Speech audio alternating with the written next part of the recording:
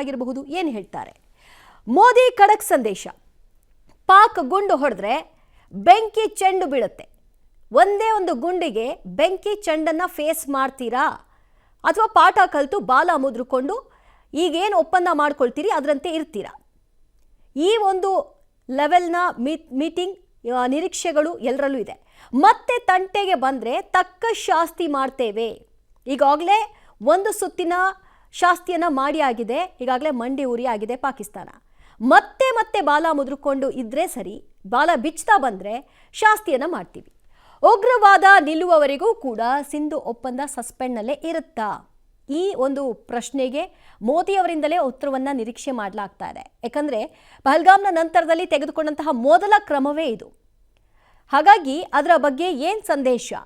ಕಾಶ್ಮೀರ ವಿಚಾರದಲ್ಲಿ ಅಮೆರಿಕ ಮಧ್ಯಸ್ಥಿಕೆ ಅಗತ್ಯವಿಲ್ಲ. ಈ ಹಿಂದೆ ಕೂಡ ಹೇಳಿದ್ರು, ಈಗಲೂ ಕೂಡ ಹೇಳ್ತಾ ಇದ್ದಾರೆ. ಆದರೆ ಕದನ ವಿರಾಮ ಬಂದ ಕೂಡಲೇ ಕಾಶ್ಮೀರದ ವಿಚಾರಕ್ಕೆ ಯಾಕೆ ಅಮೆರಿಕ ಬಂತು ಅನ್ನುವಂಥ ಪ್ರಶ್ನೆ ಇತ್ತು.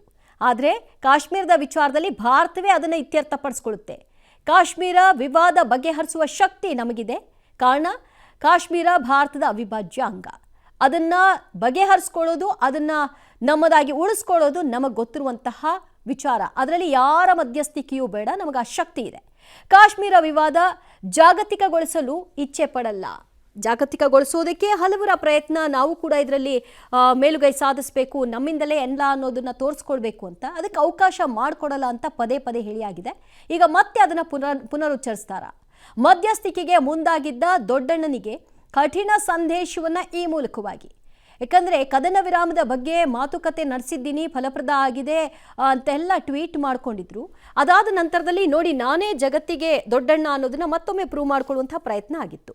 ಹೀಗಾಗಿ ಅವರಿಗೂ ಕೂಡ ಒಂದು ಉತ್ತರ ಬೇಕಿದೆ. ಮತ್ತಷ್ಟು ಅಪ್ಡೇಟ್ಸ್ ಕೊಡ್ತಾರೆ ಶಬೀರ್. ಇಲ್ಲಿ ಮೋದಿ ಅವರ ಭಾಷಣದಲ್ಲಿ ಇಬ್ಬರಿಗೆ ಉತ್ತರ ಇದ್ದ ಹಾಗೆ ಕಾಣಿಸ್ತಾ ಇದೆ. ಒಂದು ಪಾಕಿಸ್ತಾನಕ್ಕೆ, ಮಗದೊಂದು ಅಮೆರಿಕಕ್ಕೆ.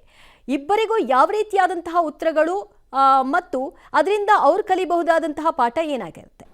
ದಿವ್ಯಾ, ಹೌದು, ಈ ಭಾಷಣದಲ್ಲಿ ಇಬ್ಬರಿಗೆ ಸ್ಪಷ್ಟವಾದಂಥ ಸಂದೇಶ ಕೊಡುವಂಥ ಸಾಧ್ಯತೆಗಳನ್ನು ನಿರೀಕ್ಷೆ ಮಾಡಲಾಗ್ತಾ ಇದೆ. ಎರಡೂ ದೇಶಗಳ ನಡುವೆ ಕಾಂಪ್ರಮೈಸ್ ಅನ್ನು ಮಾಡಿಸುವಂಥ ಕೆಲಸ ಅಮೆರಿಕ ಮಾಡ್ತಾ ಇದೆ.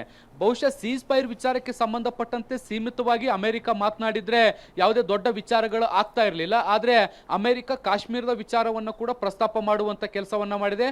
ಕಾಶ್ಮೀರದ ವಿಚಾರವನ್ನ ಎರಡೂ ದೇಶಗಳ ಮಧ್ಯೆ ನಾವು ಕೂತು ಅದನ್ನು ಇತ್ಯರ್ಥಪಡಿಸ್ತೀವಿ ಅನ್ನುವಂಥ ನಿಟ್ಟಿನಲ್ಲಿ ಹೇಳಿಕೆಯನ್ನು ಕೂಡ ಕೊಟ್ಟಿರುವಂಥದ್ದು. ಸೊ ಆದರೆ ಭಾರತ ಈ ಒಂದು ಹೇಳಿಕೆಯನ್ನು ವಿರೋಧ ಮಾಡ್ತಾ ಇರುವಂಥದ್ದು. ಸೀಸ್ ಫೈರ್ ಓಕೆ, ಆದರೆ ಕಾಶ್ಮೀರದ ವಿಚಾರದಲ್ಲಿ ಅಮೆರಿಕ ಮೂಗು ತೂರಿಸುವಂಥದ್ದು ಎಷ್ಟು ಸರಿ ಅನ್ನುವಂಥ ಪ್ರಶ್ನೆಗಳು ಕೂಡ ಬರ್ತಾ ಇರುವಂಥದ್ದು. ಸೊ ಹೀಗಾಗಿ ಈ ವಿಚಾರಕ್ಕೆ ಸಂಬಂಧಪಟ್ಟಂತೆ ಒಂದು ನೇರವಾದಂಥ ಸಂದೇಶ ಅಮೆರಿಕಕ್ಕೂ ಕೂಡ ರವಾನೆ ಮಾಡುವಂಥ ಸಾಧ್ಯತೆಗಳಿದಾವೆ. ಇದು ಒಂದು ಪಾಯಿಂಟ್. ಇನ್ನು ಎರಡನೇ ಪಾಯಿಂಟ್, ಪಾಕಿಸ್ತಾನಕ್ಕೆ ಯಾವ ರೀತಿಯಾದಂಥ ಸಂದೇಶ ನೋಡಿ. ಈಗಾಗಲೇ ಪರೋಕ್ಷವಾಗಿ ಸಾಕಷ್ಟು ಸಂದೇಶಗಳು ರವಾನೆಯಾಗಿದ್ದಾವೆ. ಬೇರೆ ರಾಜತಾಂತ್ರಿಕ ನಡೆಗಳು ಮತ್ತೆ ಮಿಲಿಟರಿ ನಡೆಗಳ ಮೂಲಕ ನಮ್ಮ ನಿಲುವು ಏನು ಅನ್ನುವಂಥದ್ದನ್ನು ಸ್ಪಷ್ಟಪಡಿಸುವಂತ ಕೆಲಸವನ್ನ ಮಾಡಿದೆ. ಈಗಾಗಲೇ ಸಿಂಧು ನದಿ ಒಪ್ಪಂದವನ್ನ ತಾತ್ಕಾಲಿಕವಾಗಿ ಅಮಾನತು ಮಾಡುವಂತ ಕೆಲಸವನ್ನ ಮಾಡಲಾಗಿದೆ. ಭಯೋತ್ಪಾದನೆ ನಿಲ್ಲುವವರೆಗೂ ಕೂಡ ನಾವು ನೀರನ್ನ ಬಿಡೋದಿಲ್ಲ ಅನ್ನುವಂತ ನಿಟ್ಟಿನಲ್ಲಿ ಸ್ಪಷ್ಟವಾದಂತ ನಿರ್ಧಾರವನ್ನ ತೆಗೆದುಕೊಂಡಿದೆ. ಪಾಕಿಸ್ತಾನಕ್ಕೆ ಎರಡೇ ಆಯ್ಕೆಯನ್ನು ಕೊಟ್ಟಿರುವಂತದ್ದು, ಒಂದು ನೀರು ಬೇಕಾ ಅಥವಾ ಭಯೋತ್ಪಾದನೆ ಬೇಕಾ, ಎರಡರಲ್ಲಿ ಒಂದು ಆಯ್ಕೆ ಮಾಡ್ಕೊಳ್ಳಿ ಅನ್ನುವಂತಹ ನಿರ್ಧಾರವನ್ನು ಪರೋಕ್ಷವಾಗಿ ಕೊಡಲಾಗಿತ್ತು. ಈ ವಿಚಾರಕ್ಕೆ ಸಂಬಂಧಪಟ್ಟಂತೆ ಇವತ್ತು ಕೂಡ ಮಾತಾಡ್ತಾರ ಅನ್ನುವಂಥ ಪ್ರಶ್ನೆಗಳು ಕೂಡ ಇದಾವೆ. ಆ ನಿಟ್ಟಿನಲ್ಲಿ ಏನಾದರೂ ಸಂದೇಶ ಹೋಗುತ್ತಾ ಅನ್ನುವಂಥದ್ದು ಕೂಡ ಕಾದ್ ನೋಡಬೇಕು. ಇದ್ರ ಜೊತೆಗೆ ಎಲ್ಲಿವರೆಗೂ ಕೂಡ ಪಾಕಿಸ್ತಾನ ಭಯೋತ್ಪಾದನೆಯನ್ನು ಪೋಷಿಸುತ್ತಿರುತ್ತೆ ಅಲ್ಲಿವರೆಗೂ ಕೂಡ ನಾವು ದಾಳಿಯನ್ನ ಮಾಡ್ತೀವಿ ಅನ್ನುವಂಥ ನಿಟ್ಟಿನಲ್ಲೂ ಕೂಡ ಹೇಳಿದ್ದಾರೆ. ಜೊತೆಗೆ ಪಾಕಿಸ್ತಾನ ಹೇಗೆ ದಾಳಿಯನ್ನ ಮಾಡುತ್ತೋ ಅದಕ್ಕೆ 4 ಪಟ್ಟು ದೊಡ್ಡದಾಗಿ ಪ್ರತಿಕಾರವನ್ನು ಕೂಡ ತೀರಿಸ್ಕೊಳ್ತೀವಿ ಅನ್ನುವಂಥ ನಿಟ್ಟಿನಲ್ಲಿ ಭಾರತ ಹೇಳಿತ್ತು, ಮೋದಿ ಅವರು ಹೇಳಿದ್ರು. ಸೊ ಹೀಗಾಗಿ ಈಗ ನಡೆಯುವಂಥ ಭಾಷಣದಲ್ಲೂ ಕೂಡ ಇದಕ್ಕೆ ಸಂಬಂಧಪಟ್ಟಂತೆ ಪೂರಕವಾಗಿ ಒಂದಿಷ್ಟು ಮಾಹಿತಿಗಳನ್ನ ಸಂದೇಶಗಳ ರೂಪದಲ್ಲಿ ಕೊಡುವಂಥ ಸಾಧ್ಯತೆಗಳಿದ್ದಾವೆ.